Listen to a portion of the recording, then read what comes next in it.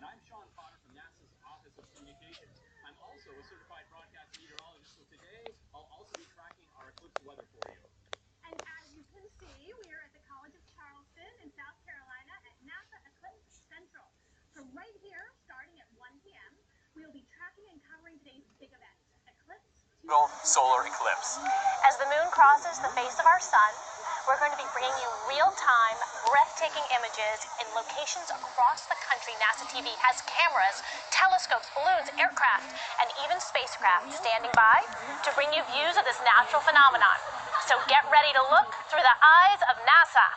Plus, coming up at our 1 p.m. broadcast, we have NASA experts standing by at locations across the country.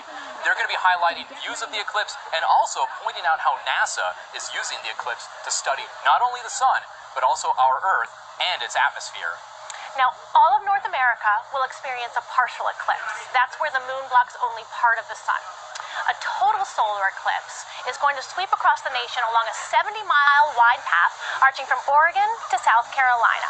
This is called the path of totality, and people along that path are going to experience the glorious sight of a fully eclipsed sun. But first, I want to take just a moment to remind you of some very important eclipse safety tips. First of all, never, ever look directly at the sun. It's not safe for your eyes and could cause damage. It's really important, and we're going to keep sharing safety tips throughout the broadcast. But for now, let's take a look at today's weather. That's great. Okay, so what we're going to do right now is we're going to show you an image from the GO-16 satellite. This is the latest and greatest weather satellite that NASA built and launched for our partners at NOAA, the National Oceanic and Atmospheric Administration, just last year. And it's going to revolutionize weather forecasts. And you can see it's a very detailed picture of cloud cover across the country. And actually, for the path of totality, which remember stretches from Oregon across the midsection through Nebraska and Missouri into parts of Kentucky and Tennessee, and then exiting the U.S. here in Charleston. Looks pretty good, except for the midsection of the country. Maybe Nebraska and parts of Missouri might see some cloud cover, and then as you get here toward the coast, Charleston, as we look up, we do see some clouds, so we'll keep an eye on that and have more for you later in the broadcast. Crossing fingers for weather here. An eclipse is something called a transit. A transit is when one celestial body appears to move across the face of another celestial body. And today, that is our moon moving across the face of the sun. And it's almost time for that transit to begin. 12:05 p.m. Eastern Time, that's 9:05 a.m. Pacific Time, will mark the beginning of the eclipse over U.S. soil. So let's go right now to Salem, Oregon, to hopefully catch a glimpse. There's a large celebration underway, coordinated by the Oregon Museum of Science and Industry. Jesse Carpenter from NASA's Ames Research Center is standing by. The corona is so hot. That's like if you were standing next to a fireplace and as you moved away, it got hotter, which is crazy. But we know that it's from those dynamic magnetic fields that we're seeing here. Okay, I just got word that we haven't started. Okay, I guess we're going from the top. All right, thank you to Ames. Thanks, Jesse, and so we begin our eclipse coverage. Also coming to us from Oregon is this stunning image from a telescope located in the town of Madras.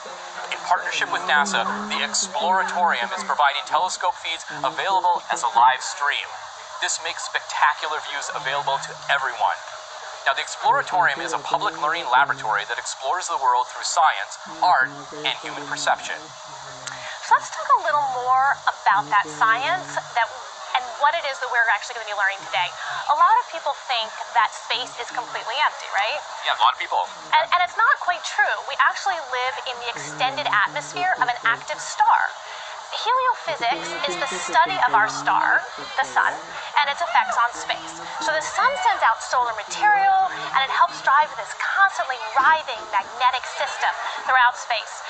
And this system surrounds Earth and the planets and extends far out into the solar system. So NASA studies this system not only to help us understand more about our place in the universe, but it also helps protect our technology and astronauts in space. So now let's go to Carbondale, Illinois, where NASA Edge is standing by to tell us more. Actually, we're going to stay right here at Eclipse Central in Charleston. So Karen, I'm going to hand it back over to you. So this is a good time to take another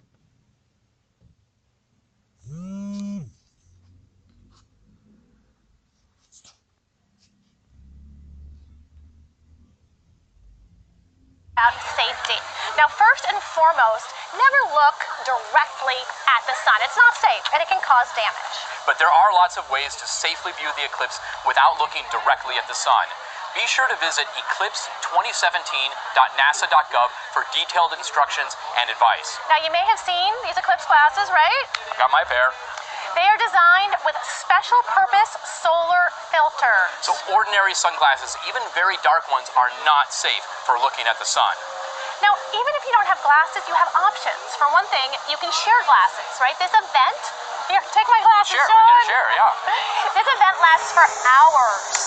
Now, you can also make a pinhole projector. It's simple. You can literally just take a piece of paper,